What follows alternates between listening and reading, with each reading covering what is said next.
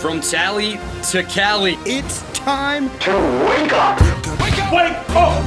Warchant.com is your ultimate Seminole sports source. And this is Wake Up Warchant, presented by Vitamin Energy. The vitamins. The energy. Now here's Warchant.com's Aslan Hajavandi and Corey Clark.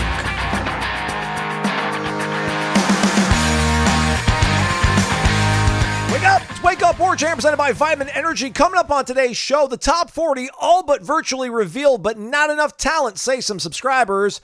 We discuss, plus a season from the not too distant past that we think compares to 2024, and special. You needed to win championships. Is there enough of it on the team this season? Wake Up Warchant presented by Vitamin Energy, vitaminenergy.com. Shake it, take it. Use a promo code WarchantBOGO. Warchant, how do you spell it, Corey? B-O and then a G-O. So B-O-G-O. Let's go. Buy one, get one free. VitaminEnergy.com. Vitamins, nutrients, 260 milligrams of all natural caffeine and no sugar crash. Attack your Monday, Tuesday, Wednesday, Thursday, Friday, Saturday, Sunday to the best degree possible. Vitamin Energy. Noles helping us out with that promo code WarchantBOGO. Warchant.com, your ultimate Seminole sports source. Head over there and read all the great stories from Irish O'Fell, which, I mean, just content machine. Great profiles on the strength and conditioning staff that works under Josh Storms at Florida State. It'll get you motivated for the football season that is quickly approaching, Corey. I think we are going to be 16 days away from camp opening when people are listening to this, and a few hours away from me going to the dermatologist and getting my body checked for spots, Corey. So I'm a little bit nervous. Any friendly advice as I head to the derm? Just hope they don't say skin cancer, I guess. Yeah. I think that's what it goes like. All right. How was your fourth, Corey? I trust it was well? It was low key. Same. Well, actually, I went to my best friends up here are all of Ecuadorian descent. So I actually spent July 4th watching the Ecuador-Argentina soccer match. Oh, what happened? Copa America, yeah. So that was exciting. Did Argentina win? They won on PKs. Oh. Like Ecuador tied it with like 3 minutes left in overtime. It was really exciting. Awesome. Like they went nuts, and then they lost in PKs. And Messi actually missed the PK to start it, and then they still lost. So it wasn't meant to be. But yeah, so I did that, and then just hung out with the kid and tried to get over a bit of a cold I have. Right. I think I'm on the backside of that, and getting ready for a cruise this week. Yeah, this is like our last week of stuff before kickoff, I feel like, right? We're going to take next week off, a little bit of hiatus. Yep, and then we'll start back, I guess. Yeah, the kickoff is what, July 22nd? 22nd? July 22nd is the Florida State's turn at ACC kickoff. And that's really officially the kickoff of football season, Aslan. Mm-hmm. By the way, before I forget, have you seen what Luke Clanton did this weekend and last weekend, the Florida State golfer? I have not, no. So he finished tied for second on Sunday at the John Deere Classic. He shot a 63 in the final round. Now, he's playing as an amateur. Mm-hmm. So he finished top 10 last week. So Luke Clanton, Florida State's own, he's still not even a professional yet, has finished in the top 10 of PGA Tour events in back-to-back weeks. He's the first amateur to do that since 1958. Let's go. So how crazy. That's nuts, right? That's insanity. So it looks like Florida State has itself maybe another potential golfing superstar on its hands. Now, I don't know how it works. I'll be honest with you. I don't think he gets to keep the money, the prize money, because he's an amateur. Is it I hope it's held in a trust. I hope he doesn't have to give it back or something crazy like that. I think they disperse it to the other people. I literally have no idea. I'm speaking out my yin-yang. My hole, but yeah. I think that I do think that's what happens. I don't think he gets it until he turns pro. They're not allowed to pay you if you're an amateur, which is goofy anyway with NIL. The NIL deal's going on. But yeah, I assume he's coming back. But if you finish top 10 twice on the PGA Tour, maybe you go ahead and turn pro. I don't know what Luke Clanton's going to do, but clearly he's good enough to play on that level because he almost won the darn thing on Sunday. Yeah, some dude on Reddit says, simple answer, amateurs don't get paid. You can win prizes up to a small amount in events, but that's rarely cash. But I don't know how legitimate this person is on Reddit. Need to stop referencing them until they start paying us for promoting that little small website they have out there. Also, some quick housekeeping or just keeping you in the loop, everybody. Michael Alford's made his latest and hopefully we think greatest hire, hopefully here. Matt Cain, new track and field coach, Corey. So the Noles locked and loaded. No biggie. Matt Cain just got to, take your team either to being one of the 4 last teams standing or winning a national title, because that's what Link Jarrett and Brian Penske have done, the latest hire. So keep it moving up there. Keep it moving. And he was an assistant, I think before COVID, maybe since 5 19, years, 6 years? Since 2019. Yeah. Okay, yeah. So he'd been on the staff for a while, so they promoted from within. So hopefully they get back to where Bremen had them around the turn of the decade, like the 2008 to 2010 or whatever that was, 2006 to 2010. They were the best program in the country. Hopefully they can get back to that. Hey, let's talk some football. Let's do it.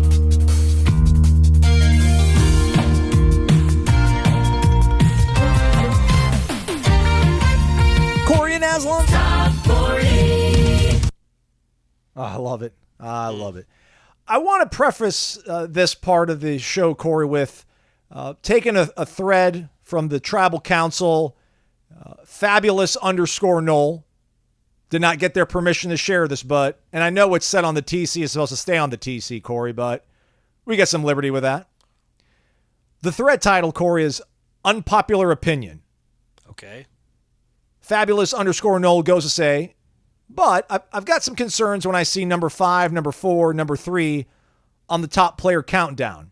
These are really nice players, but if that is our best of the best, then call me a little concerned as far as our ability to compete for the conference title, much less national. Pray to God I'm wrong, but I fear we might be a little overrated going into the season. I'm not there, man. I mean, I think it probably is an unpopular opinion, but it's free to be shared. I'm not gonna extricate you for that, but I think these players on this list, Corey, are quite delightful. Last we left you, everybody, was number 5, Darius Washington. I think we might have dropped number 4, Malik Benson. We dropped them all. We're up to number 2. We dropped number 2 today. Well, I meant on the pod. Oh, yeah. Oh, I'm sorry. Yeah. Yeah. Sorry. So Azaria is number 3, and Patrick Payne's number 2. And he dropped this before we dropped number 2, Patrick Payne. I don't know. I guess I can kind of see where he's coming from, because Malik Benson really has not been a proven over-the-top commodity in terms of production, but you like what you saw from him in spring if you were a reporter covering all the practices. Azaria, you think could sneaky be like a first-round pick with his measurables, his talent, and just the way his head is properly placed on his shoulders, and he's getting some pretty good coaching. You like that too. And then Patrick Payne, man, it's 2 years in a row of him being a productive member of society when it comes to disrupting the pocket. So you feel like he's almost a sure thing in terms of growing and continuing to get better. But maybe that's not Jared Verse, and it's not Keon Coleman. But I still feel like, man, national title, I get you and being concerned, but not for the conference title. What do you think of these last picks in that post? Can you look up the 2022 top 5, top 10 while I start on this? Because I am interested. 22 or 23? 22. All right, I'll get on it.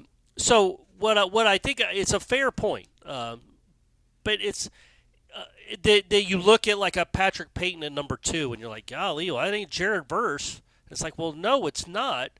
But Jared Verse wasn't Jared Verse until he became Jared Verse. And I know that's like a riddle. That's like a Yogi Berra-ism. But it's like Patrick Payton if Patrick Payton takes a jump like he did from 22 to 23, in my mind, because he became a much more complete player. I know he was like the ACC freshman defensive player of the year, whatever it was, but I think that was just he won. There weren't a lot of good candidates. He didn't start a game. He had 5 sacks. So he had 7 sacks as a sophomore last year. I think he had 10 PBUs, which was the most by an ACC defensive lineman in 8 years. I think the most in recorded history by a Florida State defensive lineman. He had 14.5 tackles for loss, and he was doing it in a line with a lot of other really good players. He's still going to be on a line with a lot of other really good players, and he's supposed to. Again, it's all in theory, but he's supposed to take another step forward. And if he does that, no, he might not be Jared Verse, but he could be an all-conference defensive end. He could be an NFL player. I think he is an NFL player. I think Azaria could be an All-American. He's just maybe not quite as proven. He hasn't started as many games as Patrick Payton. But I think those two guys are NFL players. I think Malik Benson, if it breaks right, is an NFL player and potentially an early round pick in the NFL. We'll see, though, because he hasn't proven it. So I get the overall point. It doesn't seem like a ready-made roster like last year's did. But that's why I wanted you to look up 2022, and let's hear what that one was for the top 10. I couldn't find it. Oh, I'm kidding. Okay, good. Okay. Top 10 from 2022, you said? Yes, yeah. Number 10, Robert Scott. Number 9, Dylan Gibbons. Okay. Number 8, Jared Verse. All right. Number 7, Tatum Bethune. Nope. Number 6, Robert Cooper. 5, Fabian Lovett. Let me stop you right there. So Cooper was okay his last year. He wasn't great. Got He hurt. Did his Our role. guy got hurt. He was playing hurt. Yeah, Fabian Lovett got hurt Yep. for most of 2022. Uh-huh. Go ahead. Keep going. Yep. 4, Amarian Duke Cooper. Mm-hmm. Number 3, Micah Pittman. Yep. Number 2, Jamie Robinson. Number 1, Jordan Travis. So obviously Duke Cooper in 2022 ended up not being good at all. Jamie Robinson was the best player on the defense, he and Verse. And then obviously Jordan Travis was very, very good. But when you look at and we don't know who the number 1 is. We haven't released it yet, but come on, guys. But when you look at that top 10, Aslan, it doesn't blow you away. You're not looking at 10 NFL draft picks and 9 all-rookie NFL selections and 8 All-Americans. No. Look at that top 10. Doesn't blow you away, does it? No. The quarterback ended up being really good. But you look at, Tatum Bethune was a solid to good college linebacker. But all those guys were just pretty good. Dylan Gibbons, good college lineman. Robert Scott had a good year. The point being, I think this top 10 is better than that top 10. And that team in 2022 would have... Nobody wanted to play that team in January. Well, that's what I'm saying. They might have made the playoff. Yeah. And if they didn't make the playoff, it's because they lost. They basically gave away the game in Raleigh. But they were that close to making the playoff. So I guess that's the point I was trying to make is, no, maybe this team isn't good enough to compete for a national championship. It might not have quite the special to win 4 straight playoff games. But if you get to the playoff, you're technically competing for a championship. And I definitely think when you look at those top 10 in this current incarnation of Florida State football, it hangs with the 2022 team. And, yeah, Jared Verse looks really good in hindsight. But maybe 2 years from now, we'll be looking at a top 10 that included Marvin Jones, Azareye'h Thomas, and Patrick Payton, and Malik Benson, and going, sweet Lord, was that team loaded. We just don't know yet. They're all going to get better, and with Benson and Marvin Jones, we just haven't seen it. But it might be that the top end here, and Micah Pittman was number 3 on that list. Correct. Come on, man. He was okay. He was pretty good. He was a consistent, productive dude in 2022, but he was certainly not a superstar. So, again, I think Malik Benson's upside is much higher than Micah Pittman's. And he was your go-to option in Raleigh. Let's not forget. Like Micah Pittman, Yes. you had to have it, and that's who you went to. That's who the ball was thrown to on that play that was intercepted in the end zone. Now, he made a great touchdown catch in that game, too, on the same, I think it's the exact same route against the same kid. Yeah. But, yeah, so I guess that's my point is that I get that sentiment because we don't have the hindsight. We don't have the ability to look into the future and see what this looks like. On paper right now, no, this is not Jared Verse and Jordan Travis and Johnny Wilson and Keon Coleman and Braden Fisk. Who I don't even know if he was in our top 10 last year. He was in ours, yours and I's. That's right, because we know what we're talking about. Yeah. We liked the way he ran against Norvell in the spring because that's literally all we saw him do was run.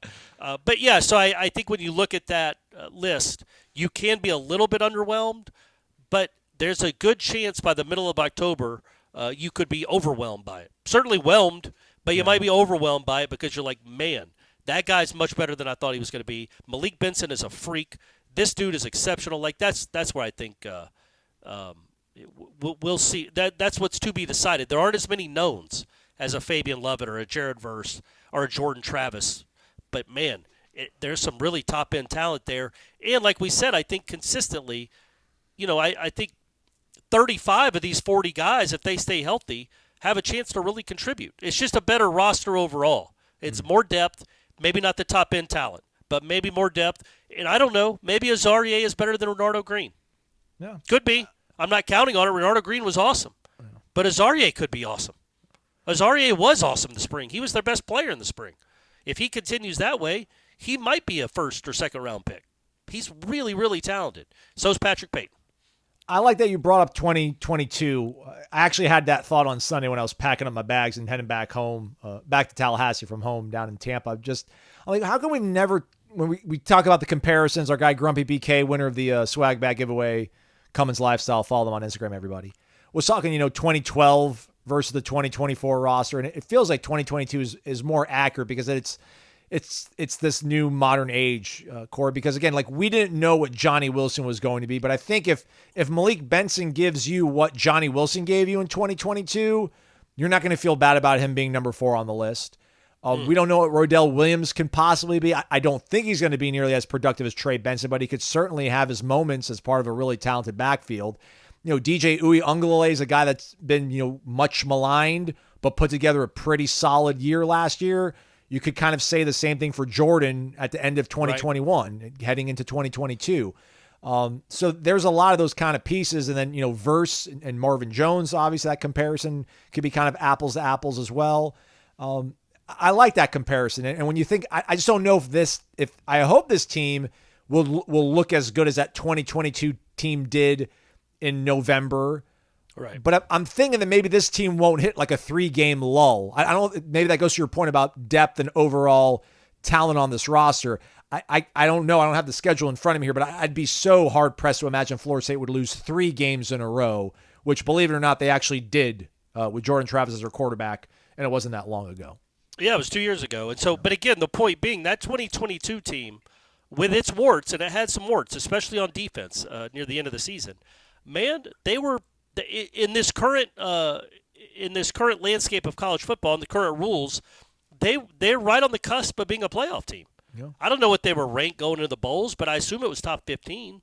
So they're right in the mix. Now we know the committee will use any reason if they're 11th to make them 13th, whatever it may be. But like Florida State, if they're 9-3 or 10-2. Like that team was 9-3 after the Florida game. It was very, very close to being 10-2. Now you could argue that there were some games they like LSU and Florida that were very close and they could have lost, but they could have gone either way. Louisville, but they were 9-3. If this team can get close to what the 2022 team is, and I don't think we're not asking for it to be 2023. It's not going to be as good as 2023. But if it's as good as 2022 or a little bit better, well, buddy, you're in the playoff, or you're at least. You're in contention for the playoff in early December. Like maybe you're having to go to Charlotte and win the game to get in the playoff. But that in itself is a playoff game. So I think that's why I think this talent. That's why I think the 22 team is a good comparison. Because no, that team wasn't world beaters. It wasn't incredible, but it was good enough to get into a 12-team playoff. And who knows what happens then? They probably wouldn't have won it in 22. I'm going to go ahead and throw that out there. But you never know. You never know.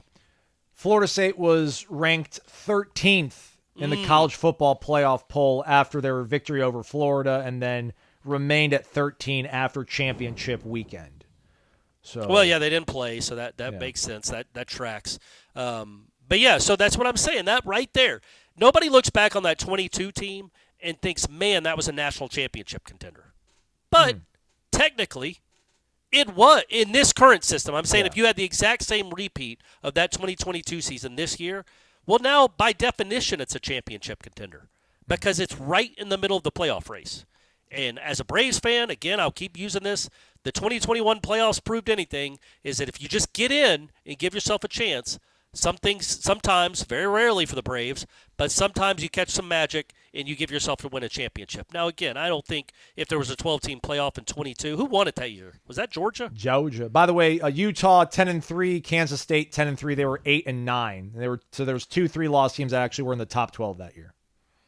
Yeah, that weight game. That weight game always bothers me from that, but more than the NC State game.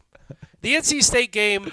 You couldn't run on them. Their defense was good. It was a nip-tuck game. Yeah, the Wake Forest just jumped out to a huge lead, and you came out flat. They punch you in the mouth in your own home. That's what I hated. It's like you're undefeated. You're playing at home. They just came off a triple overtime game against Clemson, and then you let them jump on you. But I think this program has learned since that was the biggest game this program has played in a long time. It didn't answer the call. It didn't answer the bell real well. It wasn't embarrassed, but I think it got down like 28-6 or something at home to Sam Hartman. So I like that in that the great fades to the sidelines to draw the pass interferences. But that game's the one that bothers me almost more than the NC State game because you didn't give yourself a chance with the way you started. NC State, you just blew it there late. Bad decision, bad throw. You didn't trust who ended up being a very good kicker. You didn't trust him at the time, so that changed the game planning, all that. But the overall point being that 2022 team was not going to beat Georgia probably in a playoff game, but it would have been really close, and it might have made the playoff. And again, I don't remember when that season finished going, golly, that team was a playoff caliber team. Well, again, now let's transform how we used to watch football into today's age in this season. That team, as upset as you were after the Clemson game, as upset as you were after how the NC State game ended, that team rallied back and might have gotten itself in the playoff. That's where we are now. Like this team coming up could lose a couple games that really depress you, that really, really frustrate you. But like Packers fans and Chiefs fans have done forever, you know the season's not over. And this team, even if it loses a couple times, can still get into the playoff and technically can win the whole thing. If Malik Benson gives you 43 catches for 900 yards and 5 touchdowns, does that check out? Does that track out to be the number 4 player in the 2024 season, you think, Corey? Or would that be underwhelming? Or is that just about well? No, it's definitely not underwhelming if he's at, what's that, like 22 yards a catch? 21. Yeah, that'll play. It's not 22. I think it's 22. 43 for 897 is 20.9 yards per catch. That's what Johnny Wilson gave you in 2022. Yeah, that's what I thought. So 900 yards is a lot. That was probably, I don't know, second most from scrimmage for Florida State in 2022. I think if he gets close to 1,000 yards, if he's 900 yards and averaging over 20 yards a catch, it's not just that he's giving you that production. Remember, by the end of the year, Oklahoma didn't get the memo, but by the end of the year, Johnny was drawing a lot of attention, which theoretically is supposed to open it up for other receivers. And it did, I think. And I think if Malik Benson is giving you that kind of impact, where he is a big play threat and is averaging 21 yards a catch, and whatever that comes to, 80 yards a game receiving, 70 yards a game receiving, that will be at least top 10 worthy for sure. We played Georgia Tech in 2022. I don't even remember that. That was the one after the Clemson 3-game after losing the bye streak. week. Yeah, now I get it. Yeah, that was funny. I'll tell this story. I don't care. So I don't know the column I wrote that day. I wrote a column basically saying for the Georgia Tech game, because they had just lost 3 in a row. Georgia Tech was playing with a backup quarterback, but Georgia Tech wasn't an embarrassment to football. They had hung with some teams. They were a Division I football team. Wasn't Brent Key? Was he interim at that point, or they still have Jeff Collins? I don't remember. I honestly don't remember. But I wrote after the game because Florida State, I can't remember. The score was like 41-16. Correct. Look at this guy. Nailed it. How? But what was weird too, and I said this at the time in the press box. I think the point spread was like 24. In 24 and a half maybe, and Georgia Tech scored on the final play of the game. Correct. I think It was 24 and a half. Yep. And they did not. They scored on the final play of the game, and they didn't make the kid kick the extra point. So imagine if you had, and I didn't, but imagine if you had money on that game. And it's like, man, what do you mean? Like, you'd been awesome if you had the Florida State minus 24 and a half, but if you're like, why aren't you kicking the extra point here? This doesn't make sense. If it was 17-16. And you had just scored to make it 17-16, you would have kicked the extra point. What are we just giving away anyway?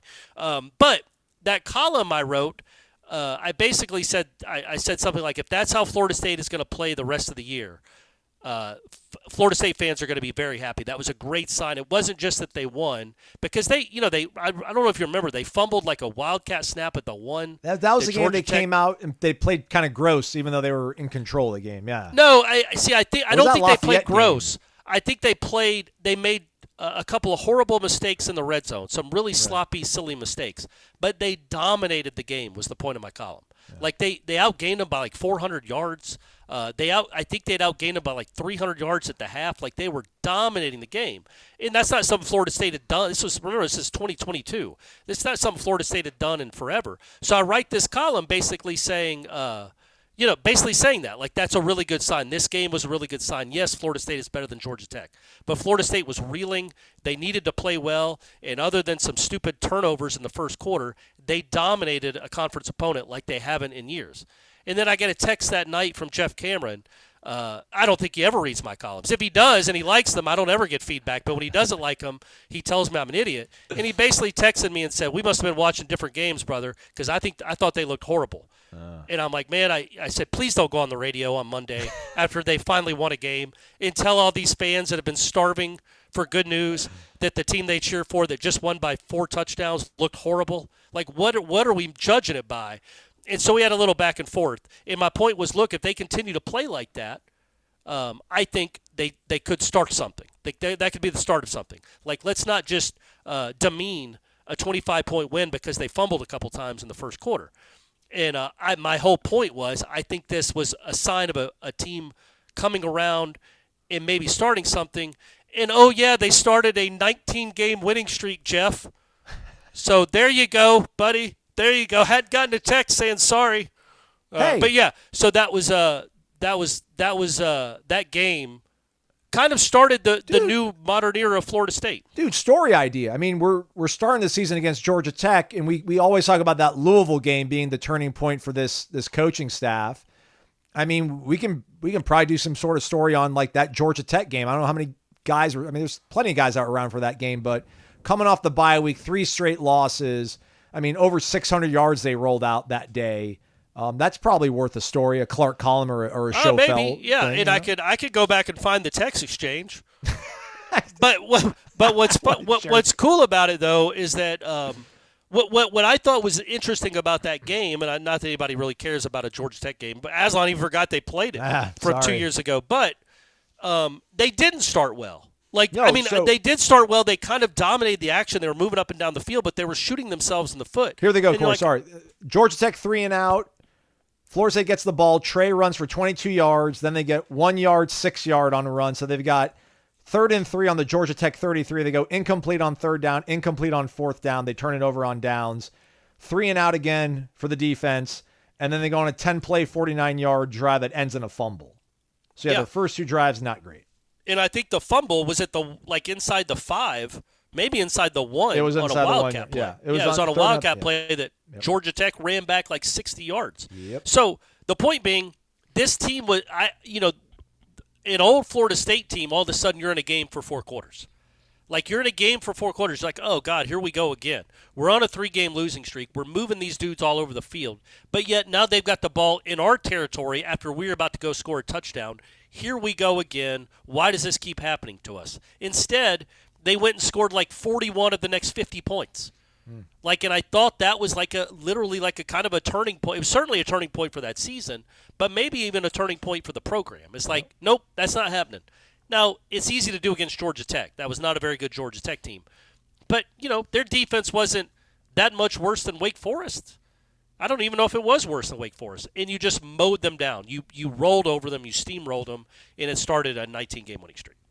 Yeah, Jeff Collins got fired in 2022. That was Brent Key's tryout interim coach. Oh, right. I think he beat the Canes maybe later that year. Yeah, I think they actually didn't play terribly. Obviously, they didn't. If he got the interim tag removed, they must have played pretty well during stretches of the 2022 season, but they were completely overwhelmed. And it was just good to see. When was the last time you saw a Florida State team just completely bludgeon another conference team? It didn't happen much, ever, where you got your feet kicked up in the third quarter, late in the third quarter. Now that became kind of commonplace, but it wasn't at the time. Like, that wasn't that, what were their ACC wins that year? They'd beaten Louisville barely.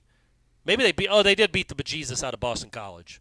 And then they went on their losing streak. And then to come back and torch Georgia Tech like that, I thought was a good sign, and I turned out to be correct. Also, they hammered Miami 45-3, Syracuse 38-3.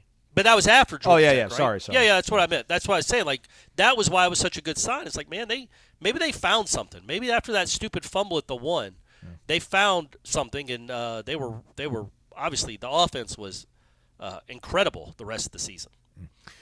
Incredible specials daily, 11 a.m. to 3 p.m., Corner Pocket Bar and Grill, cptallybar.com if you want to check out the menu beforehand. 2475 Appalachia Parkway if you're ready, gassed up, and want the best lunch in town. Today, half-pound black Angus burger, lettuce, tomato, onion, pickle, obviously.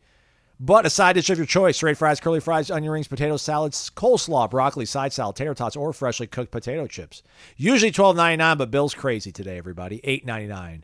Just a good old-fashioned all-American burger. Black Angus. You know, we need to advertise next time, Aslan. What are their drink prices?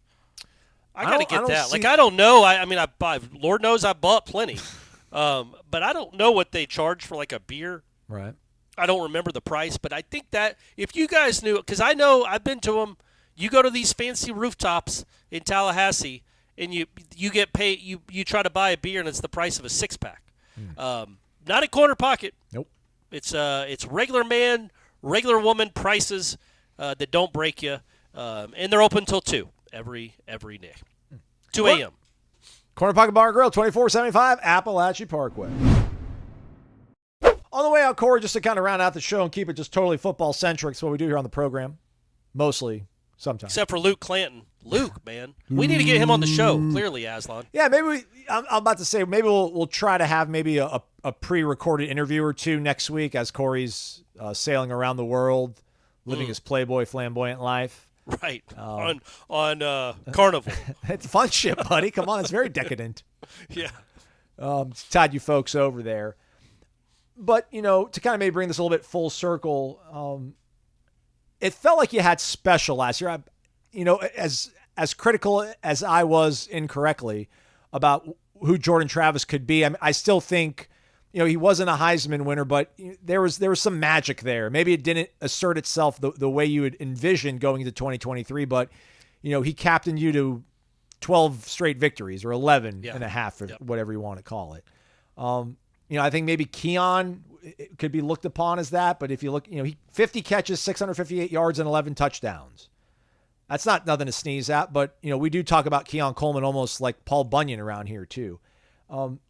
There was flashes of, I think there was more special on the defensive side of the ball than the offensive side of the ball. As we hit this part of the list, Corey, is there special? I mean, I know we can't see the future, but is the ability there? Do you even need somebody to be special, almost superhuman for you through the better part of a season to get to where you want to go in your program like Florida State in this day and age? I mean, yeah, you're going to need somebody to fill those shoes. Like, did they beat Florida and Louisville without Jared Verse and Braden Fisk? I mean, those are special players that took over those games, late in games. And maybe you can win those games 9-7 or whatever those scores were, 6-3. But you needed some. It's well said though, Aslan, about other than Jordan, the special was on the defense, especially late in the season, obviously because Jordan wasn't playing and Keon wasn't right, and they couldn't throw the ball at all. So the special was on the defensive side. I don't know. I think Azarie and I think Patrick Payton or Marvin Jones, one of them, maybe both of them, could take a jump into special, but we don't know. We haven't seen it. Patrick Payton has been a good college football player. He has not been special. But he's also he's only started for a year. So that's not that's not surprising. Now is the year for both of them, honestly, and for Azarie, for all three of those guys I mentioned. Now is the year where it normally happens, that third year. For Patrick, this is his fourth year here, but it's his third year playing. That third year is when you really can see guys take enormous leaps. And I thought Azarie took a big old leap last year. And now if he can take another leap like that, then you might have a taller Renardo Green, man. And to me, that's special. Now, is it enough to get you to a national championship game? Yeah, man. Not every. But last year, you think about the 4 teams that made the playoff. Quinn Ewers, NFL arm, Adonai Mitchell. Some of the pieces Texas had were special for college. Penix, Roma Dunze. Those are special college football players. I don't know if Alabama had anything quote unquote special, but they had that coach. And then Michigan, JJ McCarthy. Nobody really. He's a really good college football player, but he might not have been that really high elite upper crust kind of player. Well, But they had a really good offensive line too. Yeah. I mean, really Roman good. Wilson was a really good college football player. But I don't know Yeah. how special. I mean, Blake Corum, I guess you could say Blake Corum was a special running back. But we're talking about 12 teams, though. And I know you want to win this thing. For a lot of people, being a Florida State fan, it's not going to be enough just to be a playoff team. You want to win the whole thing. And I totally get that. But I think when we make this bigger, right? We open the doors a little bit wider, the pool's a little bit deeper, and there's 12 teams. I just don't think you need that. I want it. I mean, obviously you want the most firepower you can possibly have going to these games, but I think this conference, this slate, with a good enough coaching staff that can probably make things up around the margins to compensate in certain games enough throughout the course of the season. You don't necessarily need all that kind of really high-end firepower that maybe feels a little bit underwhelming to not see on this list so far. I think the defense has got some of it, like you said, Marvin and Patrick Payton, but I still think, man, you can fuss around enough with the talent they have on this offense and make it to the playoff, and I think that's where we all need to start, but I get everybody looking beyond that and wanting to be national championship or bust. Yeah, but I hope people understand that even if you're just in the conversation in the playoffs, even if you make the playoffs and get booted in the first round, yes, take a step or 5 steps or 1,000 steps back and realize Florida State's back. Like, they're back. You lived through the darkness, man. And now, I'm forecasting if Florida State is 10-2 or 9-3, and that day comes and they're in Charlotte, and if they win, they're in the championship. Man, relish that, because I'm not just saying it like appreciate where you are because we all just got through the darkness together. I haven't eaten in 2 days. Isn't this loaf of bread awesome? It's not just that. It's like all the kids that are growing up watching football, Florida State will matter to them again. It already does. Like all the news that was around Florida State going undefeated last year and then getting snubbed. Florida State is in the national consciousness again as a football program, as a brand. And that trickles down to the people that matter, which are the kids that play the game.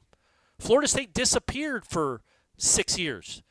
Now, they're always there. It's almost ubiquitous. But still, it disappeared from mattering. It was kind of a running joke. I mean, they were awful for a few years there. Well, now they're back. So whether you win a national championship this year or not, if you have another good season stacked on 2 other good seasons, well, now you're in the big boy club for real, for real. Now you've proven you belong, you're not going anywhere, and Florida State could potentially really take off again. So I hope people have that frame of mind. Like, yes, if you get to the playoff, and again, we're talking in July, if you get to the playoff and you lose 21-20 in the quarterfinals, that's going to be a heartbreaker. I'm not telling you, hey, guys, chin up. Isn't it cool just to be here? Like, I'm not going to be that kind of guy, kind of like how I was for baseball. But I'm not going to be that. I know it hurts. It's supposed to hurt. I know you'll be frustrated. But you can also appreciate, Florida State fans, more than most, that you're back in the game again. You're back among the nation's elite again. That's why the recruiting matters. Didn't they get another big-time commit since our last show? Like, that's why all this stuff matters, because you are starting to rub elbows with the right people again. And that's when championships come. That's hopefully when joining a better conference comes. But that's what matters, is you're back in the conversation. You are considered. Nobody blinks an eye if they see Florida State ranked 8th in the preseason. Yeah. Isn't that a cool place to be again? Amen, brother. And that's happened because on the backs of the guys we've just mentioned, the Verses, the Fists, the Jordan Travis, Johnny Wilson, Micah Pittman even, Trey Benson, Robert Scott, the guys that have built this program up, obviously Mike Norvell and his staff, that's all happened on the backs of those guys. And now you go into 2024, you don't have a lot of proven parts. It's a lot of transfers, a lot of guys that have to step up. But you're probably going to be preseason top 10 again. That's a cool place to be. That's back. That's like the old days again. People just expect Florida State to be good again, and that's a fun place to be. On the way out, Lindy's magazine ranks Florida State's defensive backs number 2 in the nation. Behind who? The Ohio State. Oh, all right. Well, yeah, Caleb they did Downs get the guy. Downs kid. Jerk. Yep. I agree. Quitter. So he did quit. He quit on Florida State. Who's the kid that went to Georgia on the last day? KJ Bolden. KJ Bolden, man. Come on, dog. DOG, not DAWG. Right. That's It's a bummer. I'm telling you, the Gwinnett County kids, stay away. Unless you're interested in Brady Clark, Link. That kid won't turn his back on you. Oh, speaking of, Brady is going to the Link Jarrett baseball camp on Tuesday. Heck yeah. Let's go. It's just a one-day camp. It's like 6 hours. I don't even know what they do. All right. But I'm going to drop him off there in the morning, record headlines, and go get him and see if he hit one out of Hauser. Can I contribute money to like a new DeMarini bat or some sleeves or like whatever, like some Evo shield? Like, can I do anything to help out? I'll tell you this much. Can we do much. anything to help out as everybody listening, The one thing, and I think there's some baseball dads and moms that will nod their head with this. The what is even the word? The accoutrement. The stuff that doesn't matter that all these kids wear, whether it's an arm sleeve, wrist tape. Like Brady had his wrist tape the other day. I'm like, what is that for? Your wrist hurt? And he goes, no, I just think it looks cool. And I'm like, oh, that's the important thing. Hey, you took 10 minutes to do that? Look good, play good. Look good, play good. Some sort of bandana for his hair. He wore an ankle guard. Yeah. Hey, man. Like Marcelo Zuna. You don't want to foul one off your toe, man. He's never done it. And he bails out so much, Aslan. His front foot is never in danger of getting hit.